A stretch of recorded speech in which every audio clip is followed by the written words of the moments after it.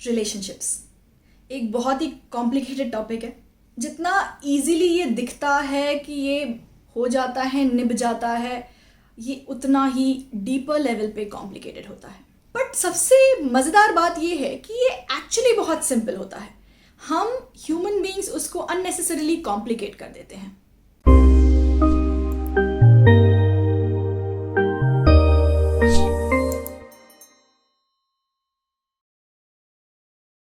मेरे हिसाब से रिलेशनशिप के 5 स्ट्रॉन्ग फाउंडेशन या पिलर्स होते हैं। पहला, किसी रिलेशनशिप को स्टार्ट करके उसको ब्लूम करना एक प्लांट को ग्रो करने जैसा होता है। एक अच्छे प्लांट को ग्रो करना और उसको फ्लरिश कराना, उसमें बहुत मेहनत लगती है and we need to be mentally prepared to put that kind of effort, क्योंकि उसके जो फ्रूट्स आते हैं इट्स ऑल वर्थ इट। पहला pillar, choosing your partner right. अगर आपका फाउंडेशन या सीड ही गलत हो तो आप उसको किसी भी एनवायरनमेंट में किसी भी तरह का नरिशमेंट दें, वो फिटमेंट ही नहीं बैठेगा। इसके लिए सबसे ज़्यादा ज़रूरी है कि आप अपने पार्टनर के चॉइस के टाइम पे बहुत ही केयरफुली उसको इवैल्यूएट करें। आपके लाइफ की फिलॉसफीज मैच होनी चाहिए। स्पेशली ओल्डर एज में ये बहुत ही ज़्यादा ज़रूरी हो जाता है कि आप अपने पार्टनर के साथ किस तरह से without any awkward silences time बिता सकते हो और उस टाइम को एंजॉय कर सकते हो। तो ये एक बहुत ही इंपॉर्टेंट क्राइटेरिया है जिसको हम कई बार निगलेक्ट कर देते हैं। हमें लगता है कि यार टाइम के साथ हम जीना सीख जाएंगे, एक दूसरे का कंपनी एंजॉय करना सीख जाएंगे, बट नहीं, ये ऑनसेट पे स्टार्टिंग पे ही इसको इवैल्यूएट करना बहुत ज़रूरी होता है। एक और बहुत ज़रूरी चीज़ है कि दो लोग एक दूसरे को कॉम्प्लीमेंट करने चाहिए। ज़रूरी नहीं है कि कंप्लीट करें, ऐसा नहीं है कि जो मुझ में नहीं है वो सामने वाले में होना चाहिए। हाँ, जो पजल की तरह एक दूसरे के साथ फिटमेंट होना बहुत ज़रूरी है। फॉर एग्जाम्पल, अगर एक पर्सन थोड़ा हाइपर है, थोड़ा जल्दी गुस्सा आ जाता है, बहुत ज़रूरी है कि that person looks for somebody who is much कामर इन लाइफ, ताकि जब भी कभी ऐसी सिचुएशन हो तो एक दूसरे को वो हैंडल कर सकें। Point number 2, deal breakers. अब आपने सीड तो अच्छा चुन लिया, आपका सॉइल भी कंपैटिबल है, पर ऐसे कुछ सिचुएशंस होते हैं जो इतने बड़े सिचुएशंस होते हैं कि वो उस प्लांट को ग्रो ही नहीं करने देंगे। आपको अपनी लाइफ में और अपनी रिलेशनशिप में डील ब्रेकर्स को क्लियरली डिफाइन करना चाहिए, उनको प्रायोरिटाइज करना चाहिए और उनको क्लियरली कम्युनिकेट करना चाहिए अपने पार्टनर को। ये बहुत ही ज़रूरी एलिमेंट है एक सेम पेज पे होने के लिए और एक ट्रस्ट बिल्ड करने के लिए। और ये डील ब्रेकर्स ज़रूरी नहीं है कि सबके सेम ही हो। आपके डील ब्रेकर्स अलग हो सकते हैं, मेरे डील ब्रेकर्स अलग हो सकते हैं, किसी और के डील ब्रेकर्स अलग हो सकते हैं लाइफ में। फॉर एग्जाम्पल, किसी का डील ब्रेकर हो सकता है चीटिंग, इनफिडेलिटी। किसी का डील ब्रेकर हो सकता है म्यूचुअल रिस्पेक्ट। किसी का डील ब्रेकर हो सकता है झूठ बोलना, लाइंग। पर हो सकता है किसी और के लिए डिसऑनेस्टी इतना मायने नहीं रखता हो, रिलेशनशिप से ज़्यादा मायने ना रखता हो। आपका डील ब्रेकर आप खुद डिसाइड करो, बट इंपॉर्टेंट ये है कि उसको बहुत क्लियरली डिफाइन करो, अपने लिए भी और सामने वाले के लिए भी, और उनको प्रायोरिटाइज करो। ज़रूरी नहीं है कि हर डील ब्रेकर एक रिलेशनशिप ब्रेकर हो। आपके टॉप 3 डील ब्रेकर्स बहुत ही इंपॉर्टेंट होने चाहिए, वो आपके रिलेशनशिप का फाउंडेशन होने चाहिए। बट उसके बाद बहुत सारी ऐसी चीज़ें हैं जिनका हमें लगता है कि उस मोमेंट में ये डील ब्रेकर हैं और हम उसको यूज़ करके रिलेशनशिप ब्रेक भी कर देते हैं, बट वहाँ पर ही एक समझ की ज़रूरत है और एक अंडरस्टैंडिंग की ज़रूरत है। Third point, nurturing a relationship. अब आपका सीड तो आ गया, आपने उसको सीड को प्लांट भी कर दिया। उसके बाद क्या वो प्लांट अपने आप ग्रो कर जाएगा? नहीं, आपको उसको नर्चर करना पड़ेगा। जो मुझे लगता है रिलेशनशिप को नर्चर करने के लिए टॉप फ्यू थिंग्स जो बहुत ज़रूरी है, उसमें सबसे पहले आता है रिस्पेक्ट। एक म्यूचुअल रिस्पेक्ट होना दो लोगों में बहुत ही ज़्यादा ज़रूरी है। एक रिलेशनशिप को एक सेफ इन्वायरमेंट में ग्रो होने देने के लिए बहुत ज़रूरी है नॉन जजमेंटल होना। इस चीज़ को जनरली हम बहुत ही टेकन फॉर ग्रांटेड लेते हैं। हमें लगता है कि हमारा अपना ओपिनियन है, हम अपना ओपिनियन तो एक्सप्रेस कर सकते हैं, पर अगर हम कॉन्स्टेंटली सामने वाले को जज करते रहें, उसकी कमियां निकालते रहें, तो कभी ना कभी एक ऐसा पॉइंट आएगा कि सामने वाले को लगेगा कि अरे यार, if it's not worth it, if I am not worth it, may be it is not worth it. और इस बात को एक्सेप्ट करें, कि कोई और हमारे जैसा नहीं हो सकता है। हम यूनिक हैं, कोई और यूनिक है, हमारी पर्सनालिटीज़ डिफरेंट होंगी। हर चीज़ को सही और गलत में कैटेगराइज करने की ज़रूरत नहीं होती है। आप और मैं ऑपोजिट्स हो सकते हैं and we can still both be right. और ज़रूरी भी नहीं है कि हम एक दूसरे की हर चीज़ पे अग्री करें। In fact disagreement is the biggest way to grow in life. That is where the whole tolerance thing comes. पर हाँ, ज़रूरी ये है कि हम टॉलरेंस को उसी लेवल तक एक्सेप्ट करें जो कि हमारी डील ब्रेकर्स से आउटसाइड हो। टॉलरेंस का मतलब होता है एक दूसरे के थॉट प्रोसेस को समझें और उसको एक्सेप्ट करें कि ठीक है, तुम जो सोचते हो वो तुम सोचते हो, ज़रूरी नहीं है कि मैं भी वही सोचूं। सिमिलरली जो मैं सोचती हूँ ज़रूरी थोड़ी ना है कि तुम भी वही सोचो और उसको एक्सेप्ट करो। एक और मिस्टेक्स जो बहुत लोग करते हैं, जनरली लेडीज़ करती हैं, कि किसी भी रिलेशनशिप को अपनी ज़िंदगी का सेंटर पॉइंट बना देते हैं।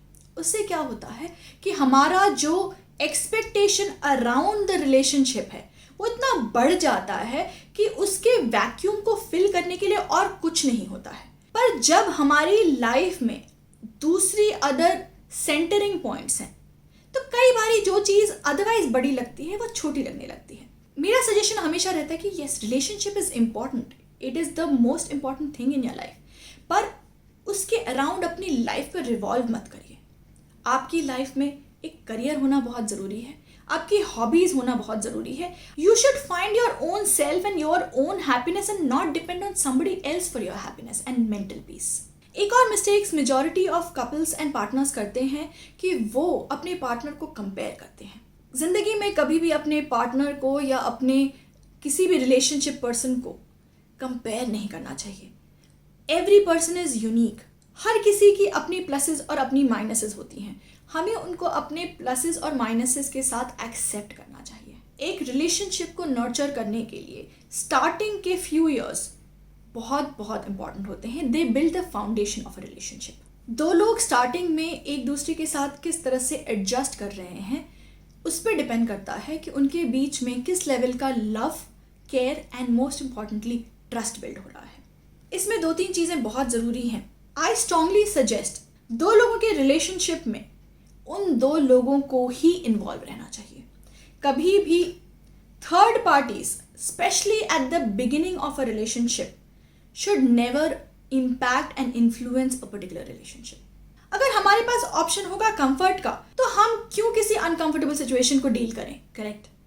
पर जब तक हम उस अनकंफर्टेबल सिचुएशन को डील नहीं करेंगे, उन चीज़ों को आयन आउट नहीं करेंगे, तब तक वो लेवल ऑफ ट्रस्ट बिल्ड नहीं होगा। और उसमें सबसे ज़्यादा ज़रूरी होता है communication. The healthiest relationships are where you can communicate fearlessly without the fear of being judged. और एक बहुत ही कॉमन प्रॉब्लम ज़्यादा करके रिलेशनशिप्स में होता है कि हम बियॉन्ड अ पॉइंट एक दूसरे को टेकन फॉर ग्रांटेड लेते हैं।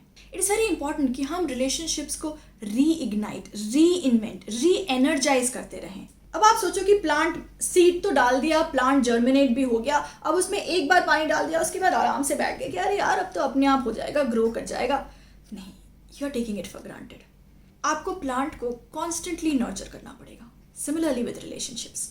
और वो सिर्फ साइकोलॉजिकल नहीं होता है, वो फिजिकल भी होता है। वो हमारे अंदर के हैप्पी हार्मोन्स को एनर्जाइज करता है एंड एज अ रिजल्ट हम लाइफ में हैप्पियर होते हैं। अपने रिलेशनशिप को स्टेल मत होने दीजिए, उसको पीरियोडिकली उसको री एनर्जाइज करिए। Go out for a vacation, go out for a couples time, go out, take a break, just spend quality time with each other. ये बहुत ही ज़रूरी है long lasting, strong, healthy relationship के लिए। Fourth important pillar, conflict management.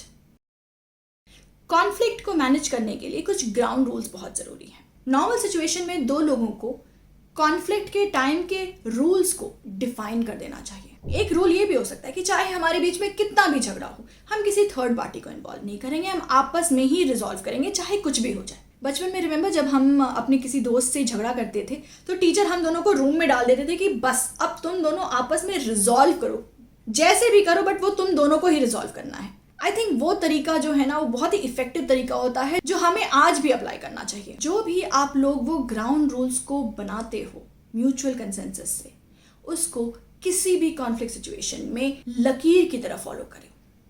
क्योंकि जब हम कॉन्फ्लिक्ट के टाइम पे होते हैं तो हमारा दिमाग नॉर्मल तरीके से बिहेव नहीं करता है। उस टाइम पे रूल्स इंपॉर्टेंट होते हैं हमें सही ट्रैक पे लाने के लिए। आपके जो भी कॉन्फ्लिक्ट्स हों उसको आप तब के तभी रिजॉल्व करो। कभी भी किसी कॉन्फ्लिक्ट को ना कारपेट के अंदर मत डालो, चलो यार इसको इग्नोर कर दो। क्या होगा कि कारपेट के अंदर डालने के बाद वो धीरे धीरे करके बिल्डअप होगा और उसके बाद जब वो वॉल्केनो बन के फूटेगा तो उसको उस टाइम पे मैनेज करना और भी ज़्यादा डिफिकल्ट हो जाएगा। अर्लियर छोटी छोटी चीज़ों को हो सकता है कि मैनेज करना आसान होता, जब वो बड़ी चीज़ बन जाए तो उसको मैनेज करना और भी डिफिकल्ट हो जाता है। एक बहुत ही इंपॉर्टेंट चीज़ है, कभी भी किसी एक्सट्रीम इमोशन के टाइम पे कोई भी इंपॉर्टेंट डिसीजन नहीं लेना चाहिए। For example when you are angry, when you are depressed, when you are frustrated, उस टाइम पे कभी भी कोई एक्सट्रीम स्टेप नहीं लेना चाहिए। अपने दिमाग को नॉर्मलाइज होने दो, टाइम दो, let it settle down and then उसके बाद आप डिसीजन मेकिंग करो। कॉन्फ्लिक्ट में ज़रूरी है कि आप फोकस करें कि what can I do to mend this, ये अज्यूम करके कि सामने वाला का जो स्टेटस को हो वो वैसा ही रहेगा, तो मुझे क्या करना चाहिए उस पे फोकस करो। क्योंकि जो वेरिएबल, जो कंट्रोलेबल एलिमेंट है वो आपका अपना बिहेवियर है। पर कभी कभी ये भी होता है कि कुछ रिलेशनशिप्स हाथ से निकल जाते हैं, वो एकदम आउट ऑफ कंट्रोल एरिया में चले जाते हैं। वहाँ पर हमारे इंडियन सिनेरियो में ये चलन नहीं है, बट ये बहुत इम्पॉर्टेंट है कि हम प्रोफेशनल हेल्प सीख करें, चाहे वो किसी काउंसलर से हो या थेरेपिस्ट से हो। हमें लगता है कि हम अगर अब थेरेपी के लिए जा रहे हैं मतलब कि हमारे दिमाग में कुछ प्रॉब्लम है, हम पागल हैं। But it's high time that we in India start realizing कि थेरेपी का मतलब होता है कि somebody who is at a better mental level, better peace level, जिसको वो दिख सकता है जो हमें इस करंट सिचुएशन में नहीं दिखता है। वो पर्सन हमें हेल्प कर सकता है, हमें गाइड कर सकता है टू अंडरस्टैंड थिंग्स जो हमारे डीप डाउन है बट हम उसको रियलाइज नहीं कर पा रहे हैं। 5th point, protect and at the same time know when to let go. एक हेल्दी और स्ट्रॉन्ग रिलेशनशिप को हमें डिफरेंट सीजन्स के थ्रू प्रोटेक्ट करके रखना पड़ता है। जिस तरह से हम एक स्मॉल बेबी को प्रोटेक्ट करते हैं, relationship is like a baby. एक रिलेशनशिप को बहुत सारी चीज़ों से प्रोटेक्ट करना पड़ता है। सिचुएशंस जहाँ पे लैक ऑफ ट्रस्ट डेवलप हो सकता है, सिचुएशंस जहाँ पर दूसरे लोगों की ओपिनियन हमारे रिलेशनशिप में दरार कर सकती है, सिचुएशन जहाँ पे फाइनेंशियल इश्यूज हमारे रिलेशनशिप में दरार कर सकती हैं। एक रिलेशनशिप को इन सारे स्टेप्स और इन सारे फेजेस में प्रोटेक्ट करना बहुत ज़रूरी है। कभी कभी कोई प्लांट जड़ से सूख जाता है, उसमें जान ही नहीं रहती है, उसके बाद आप उसमें कितना भी पानी डालो, कितना भी मैन्योर डालो, कितना भी उसको सींचो, वो वापस से फॉर्म में नहीं आ सकता है। जितना ज़रूरी किसी रिलेशनशिप को प्रोटेक्ट करना है, उतना ही ज़रूरी है ये समझना कि कौन से लेवल पे हमें we should let go of that relationship. A healthy relationship should feel like home, comfortable, non-judgmental, just letting you be who you are, and a feeling of peace, a feeling of belongingness. एक relationship आपकी ज़िंदगी का सबसे important पहलू होता है। आप अपने जॉब में, अपने करियर में आपका बेस्ट देते हो, you should give a better best to your relationship. किसी भी रिलेशनशिप को टेकन फॉर ग्रांटेड मत लीजिए, उसको नर्चर करिए, बिकॉज यही रिलेशनशिप आपको वो दे सकता है जो और कुछ भी नहीं दे सकता। जो फीलिंग ऑफ बिलोंगिंगनेस है, जो फीलिंग ऑफ डिपेंडेबिलिटी है, जो feeling of being at home है, वो बहुत ही वैल्यूएबल होता है। वो हमारे माइंड में एक सबलाइमल लेवल ऑफ पीस लेके आता है, जिससे हमारा जो enthusiasm and energy towards life है वो एक्सपोनेंशियली एक्सपैंड हो जाता है। तो ये था मेरा perspective on 5 pillars of a healthy relationship. So I hope this video was useful at some level. I hope you were able to relate to it. अगर आपको ये वीडियो अच्छा लगा हो तो प्लीज़ लाइक करिए, शेयर करिए एंड सब्सक्राइब करिए हमारे चैनल गट एंड ग्रिट को। And gut and grit is all about travel, career, relationships.